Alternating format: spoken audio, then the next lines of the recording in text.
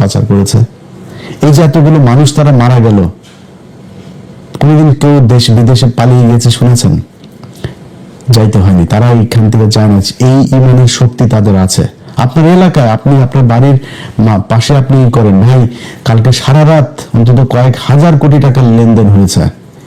এই টাকা পয়সা নিয়ে যদি মনে করেন আপনি যে টাকা দিয়েছেন ইমান দেখাবেন, আরে আপনি 2 নম্বরই করেছেন টাকা নিয়েই, 2 নম্বরই করলে আরেকটু 2 নম্বরই করেন।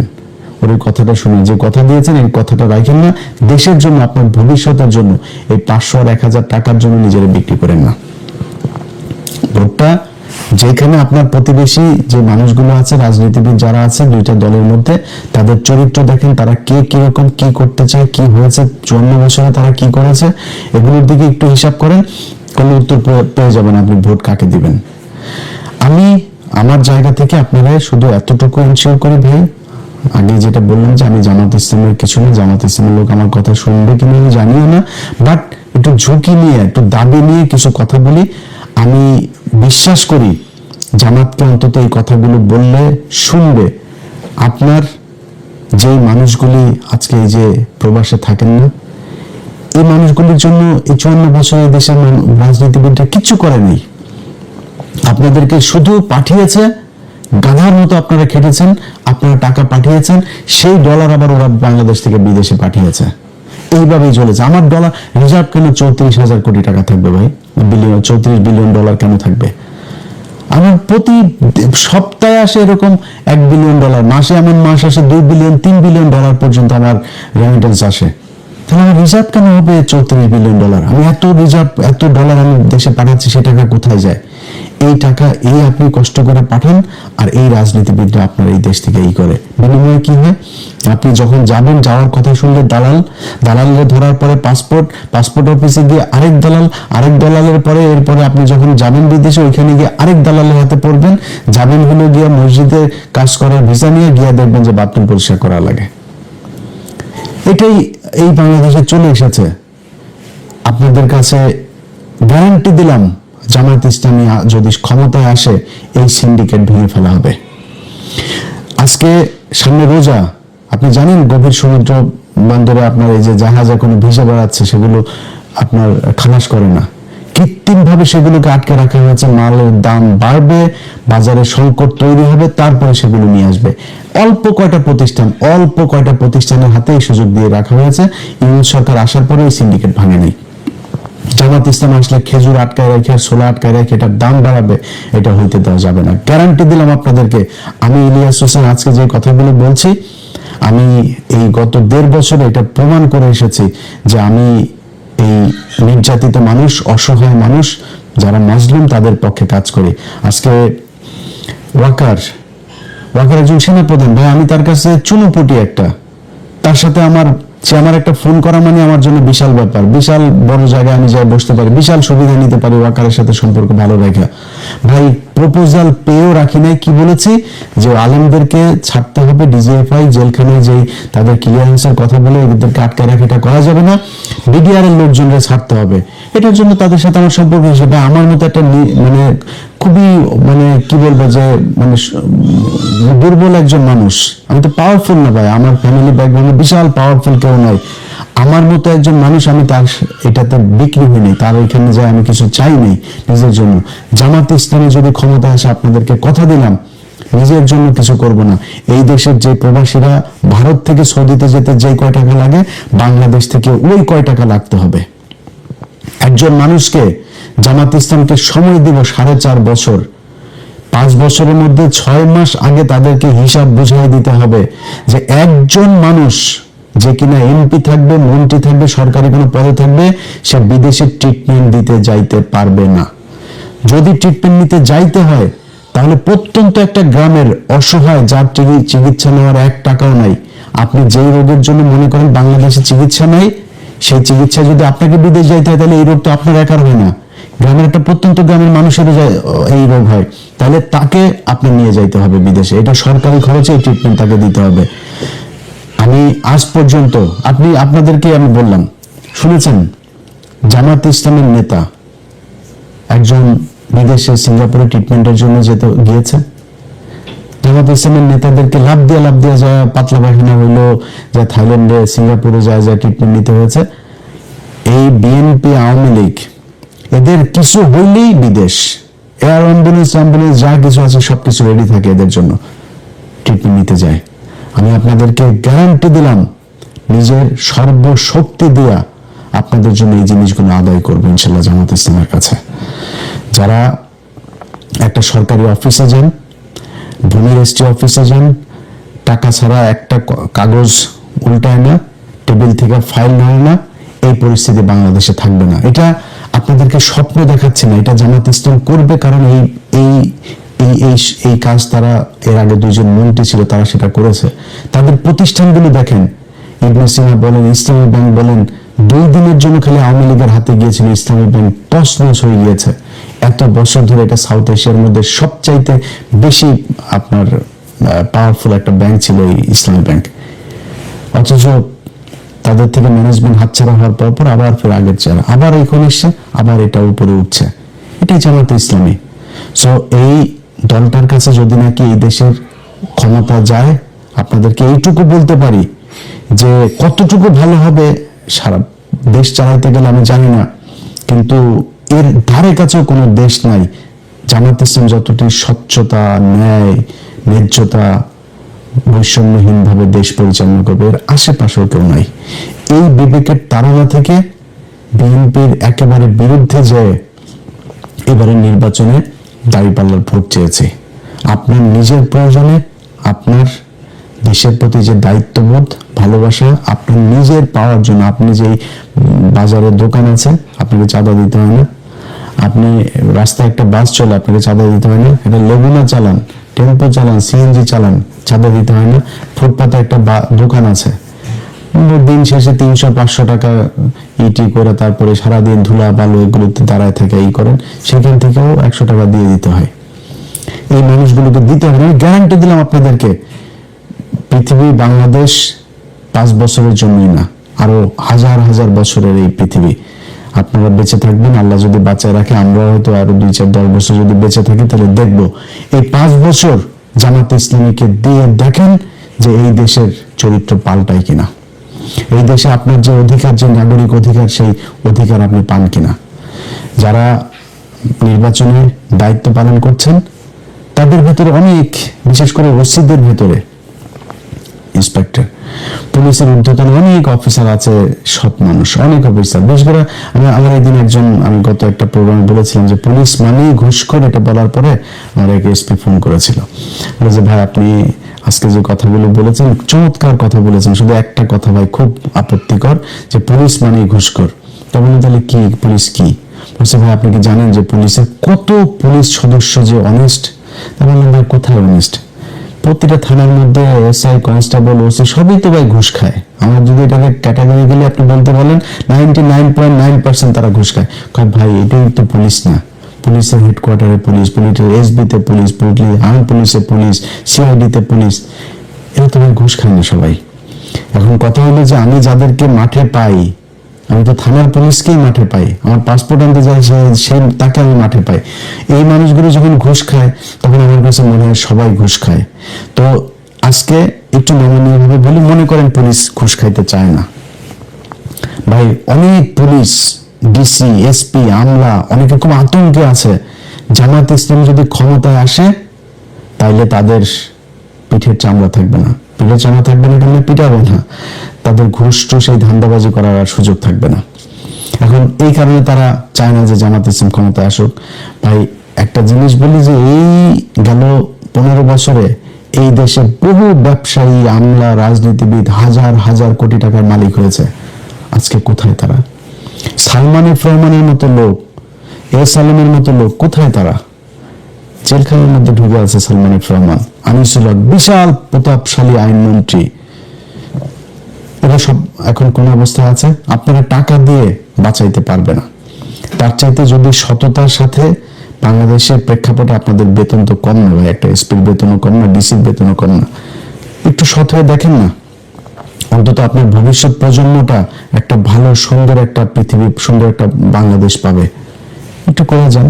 এদের ভেতরে বিশেষ করে কিছু ওসি আছে, ওসিরা ব্যাপকভাবে তারা চেষ্টা চালায় যাচ্ছেন যে নানানভাবে করতে। ভাই, কালকের নির্বাচনটার সাথে 18 সালের নির্বাচনের অনেক মিল আছে, কিন্তু 18 সালের পরিস্থিতি আর এই পরিস্থিতিটা একটা। আপনারা বানাইতে চাচ্ছেন 18 সালের নির্বাচন, এটারে ঘোষণা দিয়েছেন আওয়ামী লীগ, যেমন ওই সময় ঘোষণা দিয়েছিল ভোট কেন্দ্রে গেলে করে ফেলা হবে, ভোটের পরে করা হবে, ওদের সামনে দাঁড়িয়ে পাল্লা এই নৌকায় ভোট মারতে হবে, এগুলো বলে বলে এসে আপনারা ঠিক সেটা করছেন।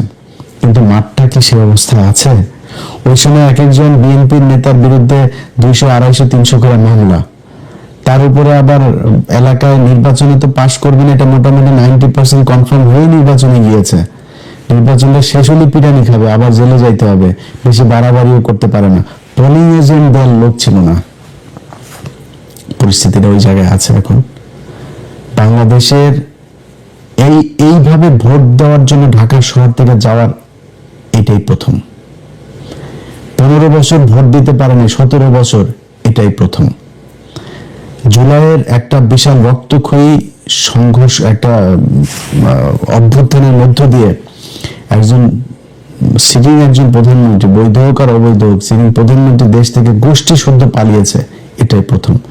এই প্রেক্ষাপটে এসে যেই দেশের মানুষ বন্দুকের নলের সামনে দাঁড়ায়া সামনের জনকে গুলি করেছে, পিছনের জন তারা না ছেড়ে নিয়ে আসে, পুলিশ বলতে বাধ্য হয় একটারে গুলি করে অন্য গুলি পালায় না।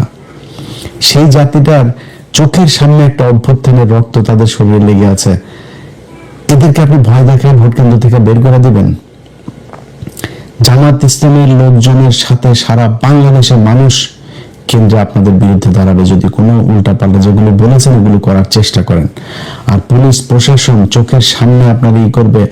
বাংলাদেশের প্রতিটা মানুষের কাছে অনুরোধ থাকবে, বিশেষ করে জামাত ইসলামের যারা ক্যান্ডিডেট আছেন তাদের কাছে অনুরোধ থাকবে, আপনারা মাওলানা হালিম বা জামাত ইসলামের কেন্দ্রীয় যেখানে আপনাদের যাদের সাথে কথা বলেন তাদের মাধ্যমে আমার নাম্বার নিয়েন, তারপরে ওনাদের আপনাদের সেন্ট্রাল যে সেল থাকবে সেই সেলে আপনারা যেখানে যখন যেটা ঘটবে সাথে সাথে পাঠিয়ে দিবেন। এই দেশের কোনো গণমাধ্যম যদি আপনাদের এগুলো প্রচার না করে, আমার চ্যানেল আছে, আমার 2টা চ্যানেল, আমার ফেসবুক পেজ আছে 4-5টা, এগুলো সব আপনাদের জন্য উন্মুক্ত। কালকে যেখানে যেটা পাবেন নিজের ফেসবুক থেকে দিয়ে দিবেন। কোন জায়গায় একজন সাধারণ ভোটার হিসেবে আপনারা হাজার হাজার ভোটার কালকে লাইন ধরে মাঠে থাকবেন, কোথাও কোনো অপ্রীতিকর ঘটনা দেখলে আপনারা সেখানে দাঁড়ায় যাবেন। এই ভোট এটা আপনার অধিকার, এই অধিকার প্রতিষ্ঠা করার দায়িত্ব আপনার। আপনি যে সুযোগ পেয়েছেন এই সুযোগ বাংলাদেশে বারবার আসবে না। অতএব যারা ভোট রিগিং করার চেষ্টা করবেন, কোন পক্ষপাত তুষ্ট আচরণ করার চেষ্টা করবেন, বিশেষ কোন প্রার্থীর পক্ষে কাজ করার চেষ্টা করবেন, সেই প্রশাসনের ভাইদেরকে বলবো, ভাই যদি মনে করেন সারা জীবন ঘুষ খেয়ে থাকতে চাবেন তাহলে যেমন চাই করেন। আর যদি মনে করেন যে না, আমার সন্তানের পেটে আমি যদি নাকি আমার ট্রিটমেন্টের দরকার হয় আমার সরকার ট্রিটমেন্ট দিবে, আপনি যদি সুন্দর একটা দেশই করেন, আপনি টেনশন করেন কেন যে আমার বড় শেষ বয়সে গিয়ে কি হবে, টাকা পয়সা না রেখে যাবে, এই টেনশন আপনি করেন কেন? সুন্দর একটা দেশ দিয়ে যান। এই যে আমেরিকায়, আমি আমেরিকায় গরিব, মানে আমেরিকার সামাজিক যে অবস্থা সে অনুযায়ী আমি গরিব ক্যাটাগরির একজন নাগরিক, তো মানে মানুষ আর কি। তো আমি যেহেতু অল্প টাকা ইনকাম করি, অল্প টাকা ট্যাক্স পে করি, তো ট্যাক্স ফাইল করার ওই অনুযায়ী আমি ওই ক্যাটাগরিতে আমার ট্রিটমেন্ট ফ্রি এখানে। এটা বাংলাদেশে সম্ভব, খুবই ইজিলি সম্ভব। আমি আপনাদের বললাম ভাই, যদি জামাত ইসলাম ক্ষমতায় আসে, আমি কয়েকটা জিনিস আমি তাদেরকে খুব করে মানে সর্বোচ্চ চেষ্টা করব আমার এটা করার জন্য।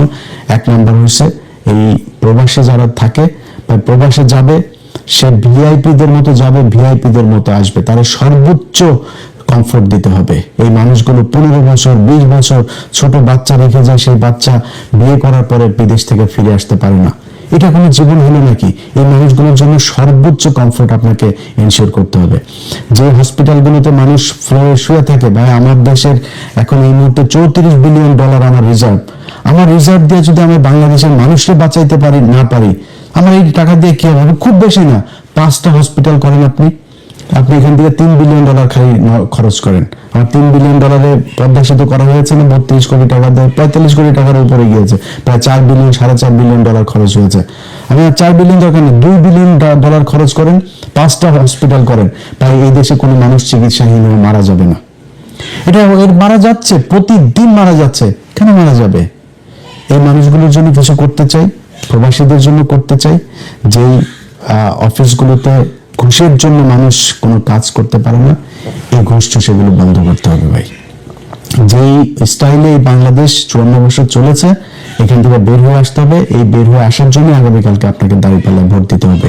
আপনাকে কথা দিলাম, আমি ইলিয়াস হোসাইন, যদি নাকি এই জামাত ইসলাম যদি আপনাদেরকে যে স্বপ্ন দেখাচ্ছে, আমি নিজেও যেটা দেখাচ্ছি, এই পথে যদি না চলে, আমি আল্লাহ যদি বাঁচিয়ে রাখেন 2031 সালের নির্বাচনে আমি প্রথম ব্যক্তি হব যিনি কিনা জামাত ইসলামের বিরুদ্ধে নির্বাচনে ক্যাম্পেইন করব।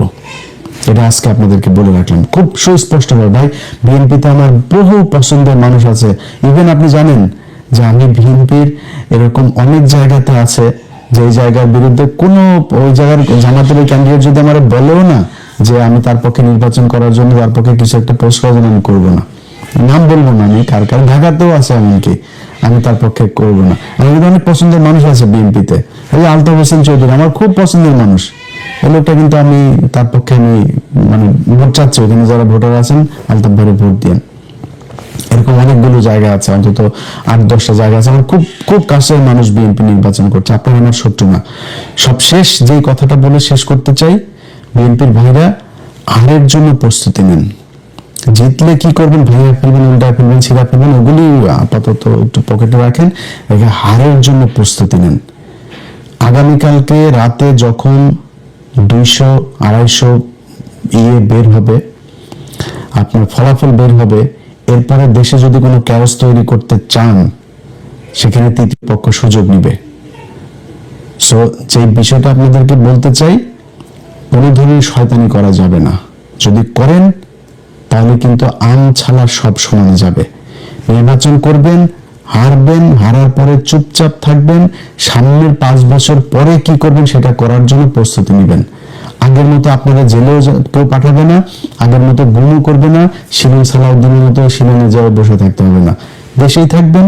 এই জামাত ইসলাম আপনাকে যথেষ্ট সম্মান করবে, যথেষ্ট সম্মান করা হবে আপনাদেরকে। কোনো এই অ্যাগ্রেসিভ কোনো কিছু, কোনো সিদ্ধান্ত, কোনো ধরনের আচরণ আপনাদের সাথে জামাত ইসলাম ক্ষমতায় গিয়ে করবে না, আমি আপনাদের গ্যারান্টি দিলাম এটা। সো নির্বাচন সাধারণ মানুষ যাকে সমর্থন দেয়, যার প্রতি তাদের ভোট দেয়, সে বাংলাদেশে নির্বাচিত হবে। তারা দল গঠন করবে, সরকার গঠন করবে, তারা দেশ পরিচালনা করবে, বাকিটা বিরোধী দল হিসেবে থাকবে। আপনারা যে এই মুহূর্তে 2025-26 সালে যে আপনি নির্বাচন করছেন, এটা করার কথা ছিল, আপনারা ছেড়েই দিয়েছিলেন। 24-এ হয়েছে, আবার 29-এ হবে, আওয়ামী লীগই আসবে। আজকে নির্বাচন করতে পেরেছেন, এটাই বিশাল ব্যাপার। জেলখানা থেকে বাবর ভাইয়ের বের হওয়ার কথা ছিল না, বের হয়েছেন। বের হয়ে তারপরে আপনি যে নির্বাচন করছেন, এটা মিরাকল, এটা আল্লাহ নিজে আপনাকে দান করেছে। ওই জায়গা থেকে আওয়ামী লীগের মতো দানব নয়, আপনি বিরোধী দল হিসেবেও একটা ক্ষমতা নিয়ে আছেন দেশে, এটা আপাতত অনেক বড় কিছু। দল গোছান, দলের যে সমস্যা আছে, যেগুলো মানুষ পছন্দ করে না, সেগুলো বন্ধ করেন, বাদ দেন, দিয়ে নতুন করে তৈরি করেন।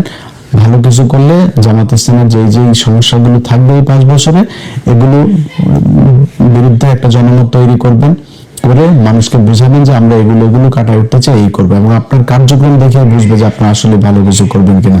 টাকা পয়সা নিয়ে, মনোনয়ন দিয়ে, টাকা পয়সা নিয়ে ধান্দাবাজি করে, তারপরে দল গঠন করা, চোর বাটপার ঋণ খেলাপিরে দিবেন, তারপরে চাঁদাবাজদের বহিষ্কার হওয়া লোকজনরা আবার দলে ফিরায় না, তার মনোনয়ন দিবেন, এইভাবে তো ভাই মানুষ আপনারা পছন্দ করবে না। সো দল করতে হলে জামাত ইসলাম অনেক খারাপ, জামাত ইসলামের কোনো লোড সমস্যা যা মনে হচ্ছে আপনি মনে করেন, জামাত ইসলাম নিজের টাকায় রাজনীতি করে, মানুষের দোকান থেকে টাকা তোলা, চাঁদাবাজি করে রাজনীতি করে না। আপনাদের সেই ব্যবস্থা করতে হবে। আপনার দলের মানুষ টাকা দিয়ে রাজনীতি করবে, যেদিন দলের মানুষ দলের টাকা দিয়ে রাজনীতি করবে, সেদিন আপনার ঘরের সামনে এই বালুর ট্রাক বসায় রেখে আসতে পারবে না, ওটাকে উল্টায় ফেলবে। কারণ ওর দল করে ওর নিজের টাকা দিয়ে, নিজের খরচ দিয়ে। এক একজন রোকন নিজের প্রতি মাসের বেতনের 5% দিয়ে দেয়। 1 লাখ টাকা যে বেতন পায়, সে 5,000 টাকা দলকে দিয়ে দিতেই হবে, বাধ্যতামূলক। সে দল থেকে কোনো কিছু নেয় না। এটা হচ্ছে তাদের রাজনীতি। সেই ধরনের একটা দলের সাথে আপনি কম্পিটিশন করবেন, আপনার তো এরকম কোনো কিছু জিনিসটা আপনাকে উদ্ভাবন করতে হবে, করে তারপরে নতুন করে আপনাকে দল বসাইতে হবে। বাংলাদেশের মানুষ যা চায় সেটা বুঝে, সেটা বাংলাদেশের মানুষের সামনে উপস্থাপন করবেন। মানুষ যদি মনে করে ক্ষমতায় আসবেন, মানে তো কোনো স্বৈরাচার নেই, এখানে বিশাল আকারের কোনো কিছু নেই। যা বলা হচ্ছে আগে থেকেই যে যদি সুষ্ঠু এবং কি কি যেন বলে হইলে আমরা নির্বাচন মানবো। আগে থেকে হারলে কি বলবে এটা মোটামুটি একটা দিয়ে দিল যে হেরেই তারপরে বলবে যে নির্বাচন সুষ্ঠু হয়ে নিয়ে নেই। ওইটা বলেন, এই দেশে কোনোদিন বিরোধী দলে গিয়ে কেউ নির্বাচন মানে নাই, কারচুপি ছাড়া বলে না। আপনারা ওইটাই বলেন সমস্যা নাই, কিন্তু বেশি বাড়াবাড়ি করা যাবে না। যদি বাড়াবাড়ি করেন, আওয়ামী লীগ আছে, ডিজিএফ এর একটা গ্রুপ আছে, তারা কিন্তু ঝামেলা বাঁধাবে। এটা আজকে বলে রাখলাম। চুপচাপ থেকে সুন্দরভাবে একটা মানে সুষ্ঠু পরিবেশে নির্বাচন হবে। নির্বাচন শেষে দল গঠন করে সরকার গঠন করবে, যে কোনো একটা দল তারা করবে। আবারও সবশেষ আপনাদের কাছে আপনার নিজের বিবেকের কাছে প্রশ্ন রেখে গেলাম, দুইটা দল নির্বাচনে এবার প্রতিদ্বন্দ্বিতা করছে। যেই দলটারে আপনার মনে হয় আপনার বাড়ির পাশের যে মানুষটা দেখে দুইজনকে এক জায়গায় দাঁড় করাবেন, চিন্তা করবেন কোন মানুষটাকে আপনার ভোট দেওয়া উচিত, তাকেই দিন। আমার কথা শোনার দরকার নাই। আল্লাহ হাফেজ।